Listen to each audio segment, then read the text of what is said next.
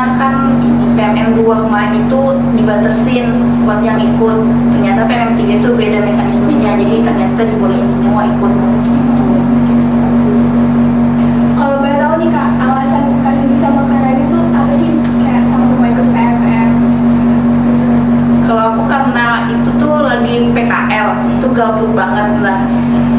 Terus tuh di follow up terus sama Kak Prodi buat ikut, padahal nggak ada niatan gitu loh buat ikut, karena gabut iseng-iseng buat daftar ternyata lolos gitu. Namanya nggak niat buat daftar ternyata lolos malah. Gitu. Kalau saya pribadi juga sama sebenarnya, dia ngajak buat daftar PMM juga tuh teman sekolah saya, jadi dia yang bilang ayo daftar, jadi kayak pengen aja juga nyoba-nyoba, ternyata juga lolos. Tapi selain itu ada nggak sih yang bikin Kak lu tertarik gitu nah ikut PMM selain karena disuruh bisa atau diajakin tadi? Ada hal lain nggak?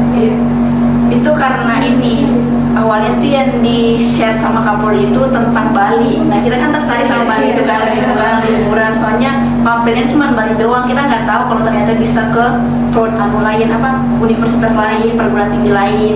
Kami kira Bali doang, ternyata pas pendaftaran tuh banyak gitu, nggak expect juga. Padahal awalnya cuma niatnya buat jalan-jalan doang gitu. Kalau saya pribadi juga sama sih, lebih ke awal tertariknya tuh juga gara-gara itu yang modul Nusantara kan. Iya benar. Jadi kayak kapan lagi bisa jalan-jalan keluar kota terus gratis. Jadi lebih tertariknya tuh awalnya gara-gara modul Nusantaranya juga. Ada nggak sih Kak hal yang harus dipersiapkan gitu sebelum ngikutin PMM? Ya. Iya PMM. Langsung. Mental sih juga, soalnya harus beradaptasi lagi dari lingkungan ini ke lingkungan itu gitu. Di situ apa ya, kalau dana kan disiapin dari sananya gitu, jadi itu aja sih. Tapi sebenarnya kalau untuk dana tuh harus punya dana cadangan juga nggak sih Kak? Karena dananya itu size-nya berapa minggu setelah kita udah di sana. Jadi kalau bisa tuh ada dana cadangan juga. Sama yang paling penting sih mental. Iya. Karena kan jauh dari keluarga.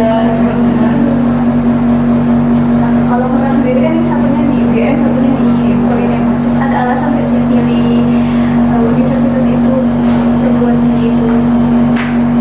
Kalau saya pribadi sebenarnya kenapa pilih UGM itu karena jujur saya sendiri tuh daftarnya pilih kampusnya itu hamin berapa jam tutup. Terus jadi pilihnya ya sudah asal aja yang mana yang saya kenal, nama kampusnya udah saya pilih. Jadi pilihnya UGM. Ya, sama kayak saya juga milihnya tuh karena nggak niat banget gitu buat daftar, jadi milihnya tuh hamil jam gitu baru milih prodinya, kampusnya. Nah kita kan niatnya mau Bali gitu kan, ternyata Bali tuh udah full gitu, jadi yang mana, terus diserahin sama Miss Dina tuh Kaprodi BD buat ngambil Polinema, soalnya kan Polinema sama Polres kan agak dekat itu jadi ya udah Polinema. Selama PMM nggak fasilitas apa yang didapatkan? Ini mana nih? Sebenarnya tergantung dari perguruan tingginya juga sih, soalnya ada perguruan tinggi yang menyediakan asrama buat inboundnya, sedangkan ada juga yang enggak, cuma nyariin kos-kosan dekat dari kampusnya itu. Nah untuk Polinema sendiri itu cuma nyediain tentang informasi kos-kosan yang ada di dekat kampus gitu. Setahu saya ada juga yang nyediain asrama, cuma tetap bayar gitu. Iya, kalau di UGM sendiri juga ada beberapa nyediain asrama, jadi dia dibagi-bagi gitu, ada yang di asrama A, B, C, tapi ada juga yang cuman dikasih informasi tentang kos, karena fasilitas untuk asrama itu cuma tersedia untuk 100 orang, sedangkan kami totalnya 300 orang. Berarti tergantung kampusnya gitu Ya tergantung perguruan tingginya lagi. Terus kalau perbedaan yang paling dirasain nih selain dari suasananya atau dari pembelajaran itu gimana? Beda banget nggak sih dari di Polres itu sendiri sama Kalau aku kan Politeknik ya, jadi kayak kurang lebih gitu. Cuman mungkin fasilitas mereka kali ya kayak lebih mumpuni dibanding Polres, sama infrastruktur mereka kan lebih bagus gitu. Kalau masalah sistematika pembelajaran kurang lebih, soalnya sama-sama vokasi gitu. Kalau saya kemarin itu karena universitas juga, jadi ngambilnya tuh ada beberapa jurusan, jadi perbedaannya paling pindah-pindah gedung. Terus UGM kan lumayan luas, jadi pindahnya rada effort. Terus kalau misalnya dari sistem pembelajarannya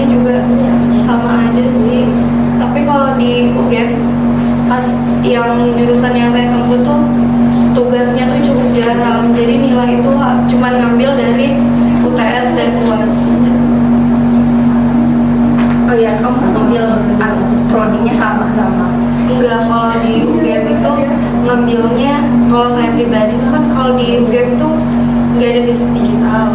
Nah jadi saya tuh ada ngambil di mata kuliah K3, terus kayak ada yang hukum dan teknologi, terus ada yang perbankan juga, terus ada beberapa jurusan yang saya ambil, ada PI. Oh, berarti bisa dihitung gitu ya? Iya bisa. Kalau aku bisnis digital, di sana nggak ada bisnis digital, jadi ngambil manajemen pemasaran itu kan kayak kurang lebih hitungannya. Gitu. Pengalaman yang paling berkesan Kak, yang kayak paling diingat banget nih selama PMM? Kalau selama PMM itu, kalau selain pelajarannya di sana, terus yang paling berkesan itu saya di sana kan kami dibagi dosen modul, terus saya pribadi dapat dosen modul yang alhamdulillah yang sangat-sangat amat baik. Jadi kayak dosen modul kami itu udah kayak orang tua sendiri di sana. Jadi selama di Jogja tuh punya saudara-saudara baru, terus punya orang tua baru. Yang paling berkesan sih itu jalan-jalannya tiap minggu. Soalnya kan tiap minggunya tuh kalau nggak Sabtu Minggu tuh pasti jalan-jalannya itu kita mengelilingi seluruh. Kalau kan di Malang, jadi semua Jawa Timur tuh enggak Jawa Timur sih, Malang itu kita ngelilingin itu banyak yang kita ketahui tentang Malang, kayak makanannya sama wisata-wisata di sana. Jadi itu sih. Oh, berarti memang ada jadwal khusus? Iya ada. Itu kan gratis juga, jadi enak. Kalau kata kami sih ini perbaikan gizi setiap Sabtu dan Minggu. Iya, soalnya makannya tuh enak-enak juga disediain. Jadi kami emang benar-benar kalau Sabtu Minggu setiap modul tuh cuma bawa diri. Ya bawa diri Udah doang. makan udah disiapin, bus, fasilitas lainnya tuh juga udah ada. Enak ya. Iya, jadi pas pulang tuh yang dikangenin tuh Sabtu Minggu kemana ya? Biasanya udah ada healing gratisnya. Ada deliver juga. Iya benar.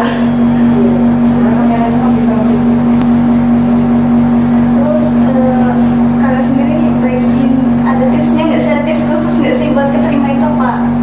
Gimana nih? Tips apa ya? Karena iseng jadi nggak tahu tipsnya, kayak ya udah hoki. Iya hoki doang, jalur hoki, nggak tahu gimana. Sebenarnya mungkin yang paling penting tuh cuma nyiapin persyaratan itu aja nggak sih Kak? Karena kami pun juga nggak tahu kenapa bisa lulus di perguruan tinggi ini, kenapa bisa kita ditolak di perguruan tinggi ini. Soalnya nggak ada yang nyeleksi langsung tuh dari pusatnya gitu. Berarti nggak dikasih tahu. Iya nggak dikasih tahu. Jadi nggak ada tabel penilaian gitu-gitu, nggak ada. Yang penting udah ngikutin syaratnya, terus prosedurnya udah, habis itu tinggal banyakin doa aja. Iya, soalnya teman aku ada yang ini IPK-nya tuh lebih tinggi, sedangkan yang ini tuh nggak terlalu tinggi, cuman yang ini nggak keterima yang tinggi, yang keterima malah yang kurang gitu. Jadi kita nggak tahu sama sekali. Iya benar-benar oke, kayak kurang lebih kayak SBMPTN ya kan, kayak kita nggak tahu. Terus nih Kak, ada saran nggak sih untuk teman-teman nanti yang mau ngikutin PMM juga? PMM 5 ya, ini kan PMM 4 udah berlangsung ya. PMM 5 nggak tahu sih bakalan tetap ada apa enggak, soalnya kan ini udah ganti presiden ya, kita nggak tahu. Tapi semoga aja ada guys. Iya, Karena soalnya program kampus merdeka tuh menurut saya sangat amat bagus. Karena kan kayak kita yang mahasiswa baru ini banyak yang kayak pengen ya, soalnya benefitnya banyak ya.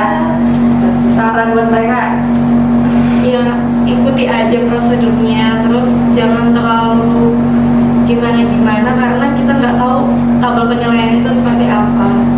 intinya jangan mepet-mepet waktu lah buat Iya. daftarnya. Soalnya kalau kamu mepet waktu tuh kadang yang pengen kamu perguruan tinggi yang ingin kamu masuk tuh kadang udah full gitu kotanya, jadi kamu nggak bakal bisa milih. Banyak tuh ada 7 pilihan gitu kan. oh boleh milih. Iya boleh milih 7 Itu gitu. kalau misalnya kayak nggak keterima satu langsung Iya harus ke sendiri. kedua, habis itu kedua, ketiga sampai 7 gitu. Bahkan ada yang dia keterima di pilihan ke-7. Jadi ya baru keterima. Jadi sampai segitunya kita nggak tahu gimana mekanisme Iya. penerimaannya gitu loh. Pak ini Kak gimana sih kan kalau misalnya minjur tuh, nah pindahin nilai itu ke ini gimana? Kalau saya kemarin kan juga ada yang minjur, tapi kalau mekanismenya saya kurang tahu karena kalau saya pribadi kemarin cuma setor nilai ke Kaprodi ya Kak. Terus dari Kaprodi itu saya yang penting ini sih kayak sebelum ngambil makulnya tuh konsultasi dulu sama Kaprodi sendiri, baiknya tuh gimana gitu sih. Iya awalnya pas keterima gitu kan dari PT penerima itu ngasih kita list jurusan yang mau kita ambil sama ini mata kuliah yang kita ambil. Nah yang tadi dikasih tahu tuh kan kita harus konsultasi dengan Kaprodi. Nah setelah konsultasi itu kita lihat dulu lagi SKS-nya ini pas nggak sama semester kita yang di PT asal ini sama si PT penerima itu. Nah setelah udah cukup kan SKS-nya itu nanti Kaprodi itu tanda tangan bakalan apa sih namanya, perjanjian kontrak itu bakalan bisa nggak masuk ke prodi kita ini walaupun linjur gitu. Jadi itu perjanjiannya. Berarti disesuaikan banget. Iya disesuaikan sama yang ada di sini sama di sana. Iya pas konsul pun kalau semisal mata kuliah ini udah kita ambil nggak boleh diambil lagi soalnya susah buat benar susah buat ngubah nilainya. Kalau semester ini udah ada masa semester ini ada lagi, jadi kayak disarankan untuk nggak ngambil. Berarti harus beda dari. Iya benar. Kalaupun ternyata sama gitu bakalan diubah namanya gitu. Kalau kemarin kakak ada kelas online ya? Dari PT Polmes. Aku ada masalah ini, soalnya kan aku skripsian gitu kan, jadi ada bimbingan tentang skripsi online bukan mata kuliahnya sih, itu nggak ada nilai sama sekali. Ya cuman kalau semisal SKS di PT penerima itu ternyata kurang, kita bisa ngambil di PT penerima lagi secara online gitu. Oh bisa. Iya, kan maksimal 20 kan kita. Nah, 4 SKS itu dari yang jalan-jalan itu, 4 SKS loh itu. Nah, sedangkan kalau ternyata kita cuma ngambil di PT penerima itu cuma 12, kita bisa ngambil 2 lagi secara online di Polmes gitu. Oh berarti jalan-jalan tuh nggak jalan-jalan cuma. Iya, nggak ada Kayak gitu ada masuk di SKS. SKS. Jadi kalau kamu kadang alfa pas jalan-jalan tuh bakal kurang nilainya. Karena selain juga jalan-jalan itu tuh juga banyak ngebahas sejarah nggak sih? Iya, terus kita ada laporan tiap habis Iya. jalan-jalan. Itu kita Laporannya setiap minggu tiap minggu.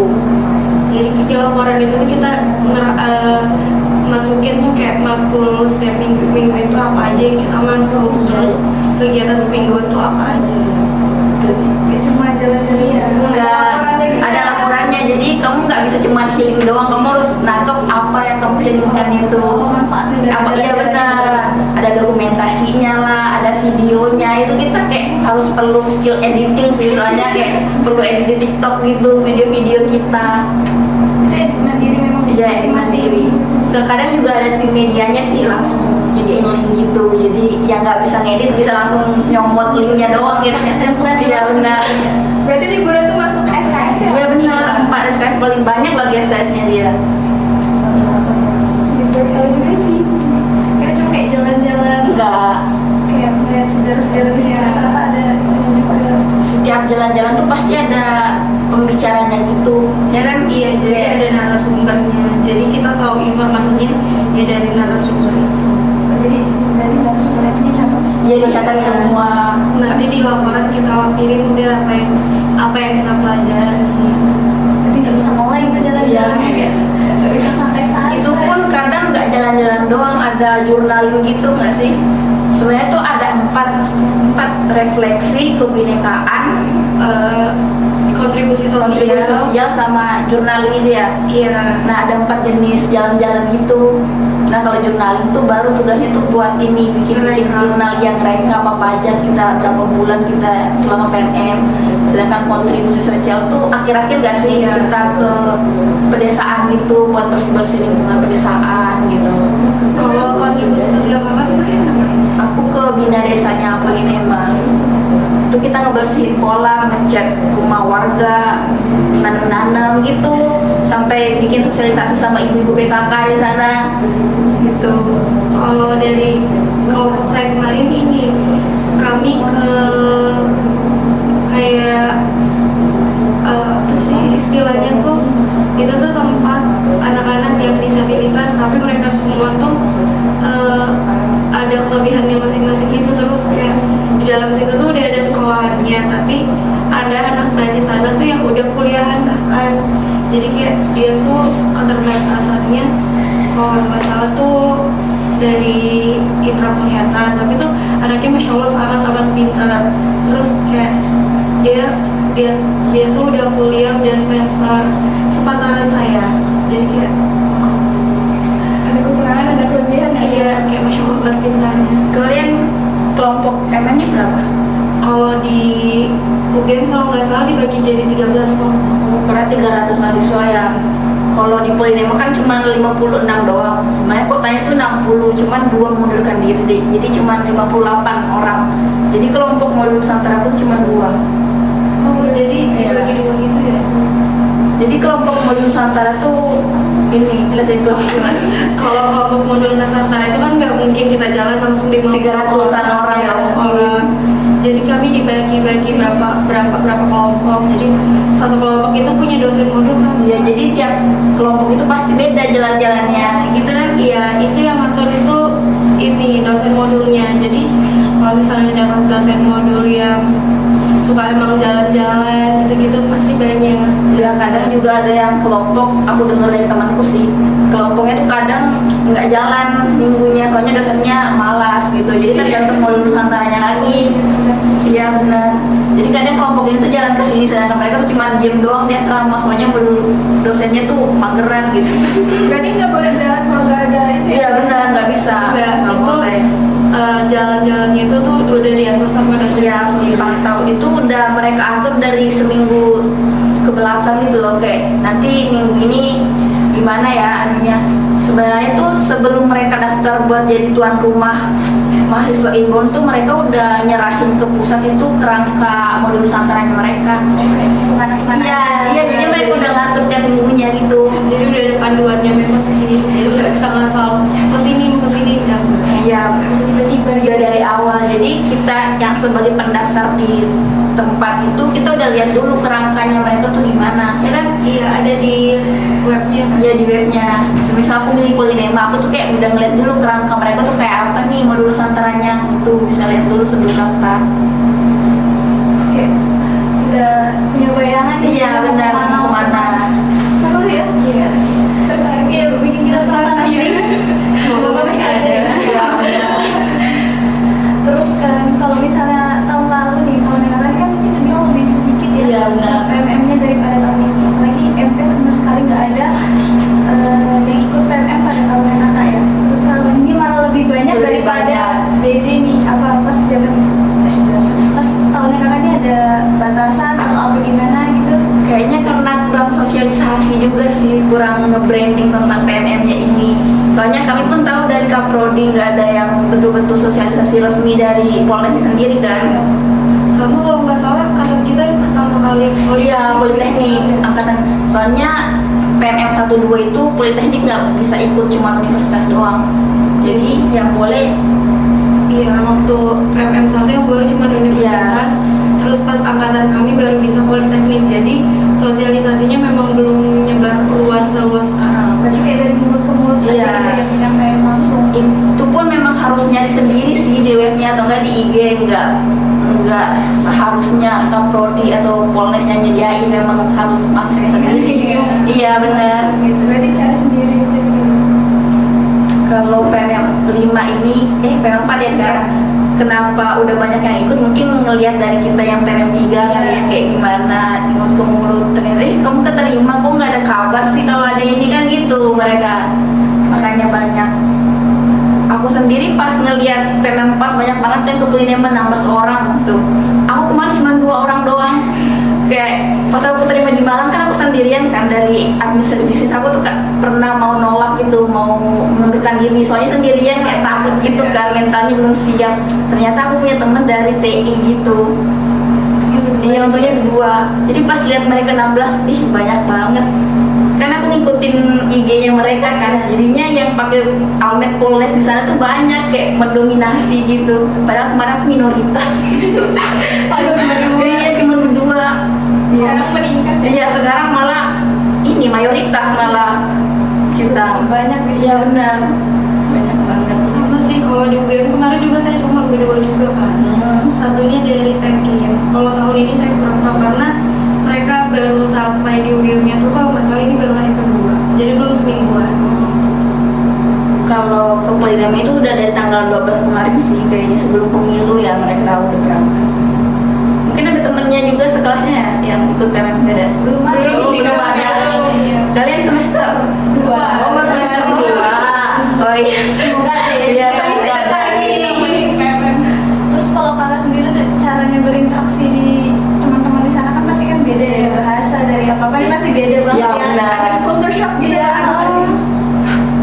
Kalimantan kan kita ini pakai bahasa Indonesia kan. Iya. Nah, di Malang tuh Jawa, Jawa. semua bener-bener Jawa. Jadi kayak cowok-cowok gitu tuh banyak banget mereka ngomong gitu.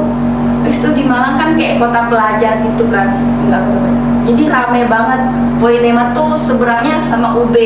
Jadi jalannya tuh iya dekat, kayak cuman seberangan doang. Jadi rame banget mahasiswa ya benar.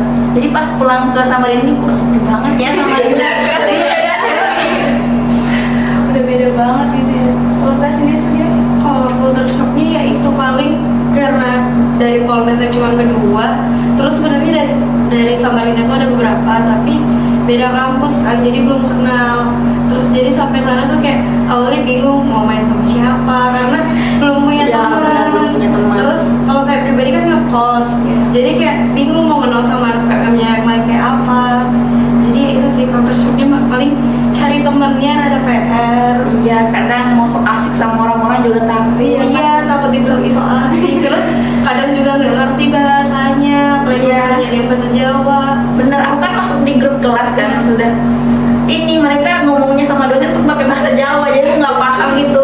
Jadi pernah aku nge-translate dari bahasa Jawa ke Indonesia di Google, soalnya nggak ngerti sama sekali. Itu sih bahasa. Mungkin ini pertanyaannya kayak ranah privasi gitu ya. Pernah ngerasain homesick gitu nggak sih Kak selama di sana? Kalau saya pribadi jujur ngerasanya cuma pas awal karena ya itu nggak punya teman kan. Tapi lama-kelamaan alhamdulillahnya betah. Soalnya rame kan. Jadi karena kami semua yang banyak anak PMM juga udah nggak punya teman yang lain, jadi ya jalannya itu aja. Jadi kayak lebih akrab. Kalau aku sih karena aku memang udah anak rantau sejak dini, nggak ada homesick. Terlebih aku kos tuh bertiga, itu semua anak Kalimantan, ada yang dari Banjarmasin, ada yang dari Pontianak, jadi enak gitu. Walaupun nggak lagi Sabtu Minggu Mulu Nusantara, hari weekday pun tetap jalan gitu sama mereka, sama anak-anak Kalimantan gitu. sama-sama yang PMM juga. Iya, PMM juga, jadi ada paguyuban anak Kalimantan gitu loh. Kalimantan Geng. Iya, Kalimantan geng, ada dari barat, ada dari selatan gitu.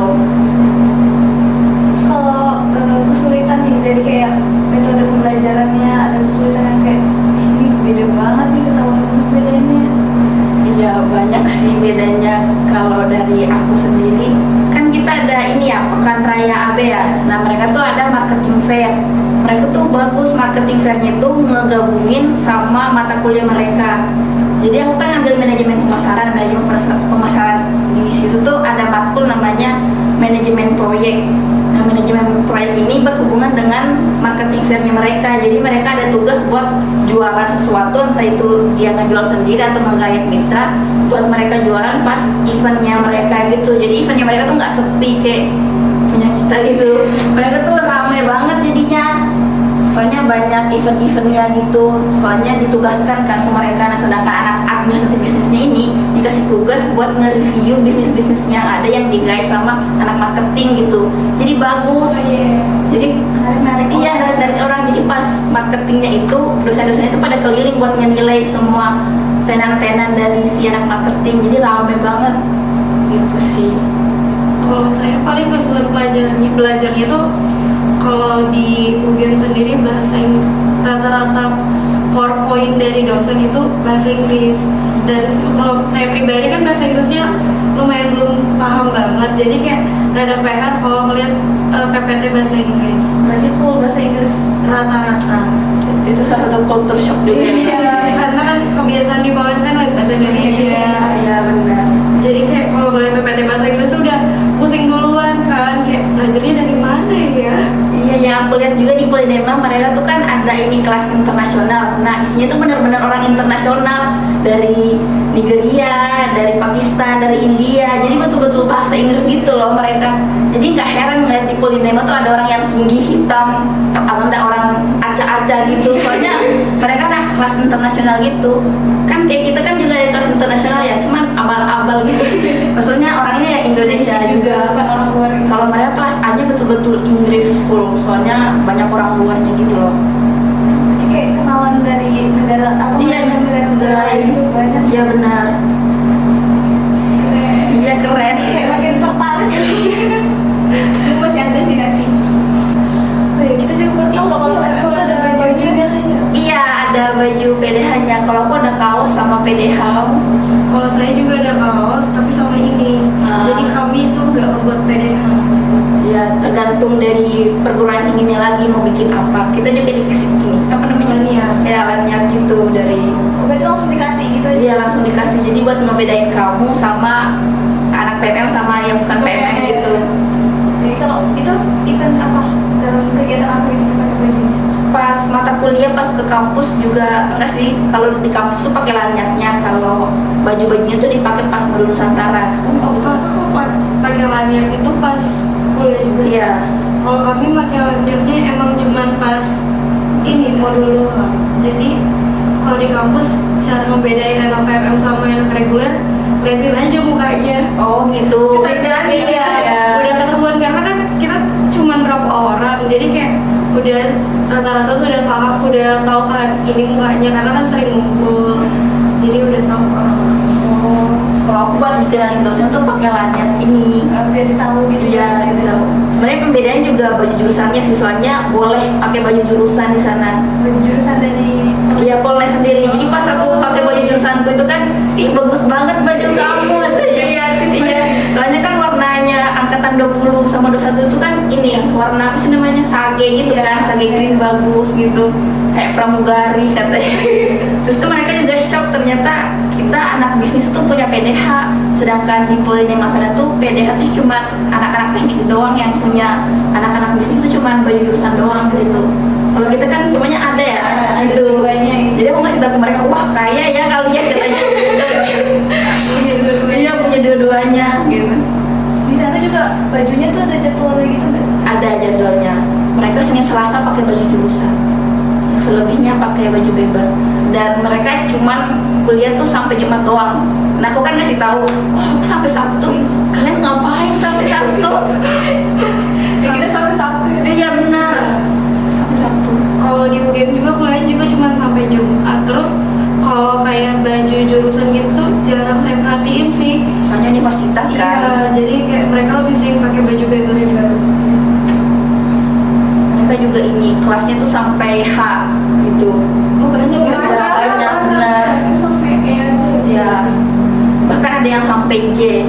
Jadi pas aku kan kelas H, bilang ih kelas H banyak banget. Besok ke kelas tuh berapa? 30-an. Wih, banyak banget. Mereka tuh wisuda 3 periode gitu loh. Per bulan tuh 1 periode. Jadi mereka ada 3 bulan wisudanya. Saking banyaknya. Kan Polinema memang politeknik terbanyak mahasiswanya sepertinya. Kita aja podcast kita kali ini. Terima kasih kepada Kak Rani dan Kak Cindy yang telah memberikan kita informasi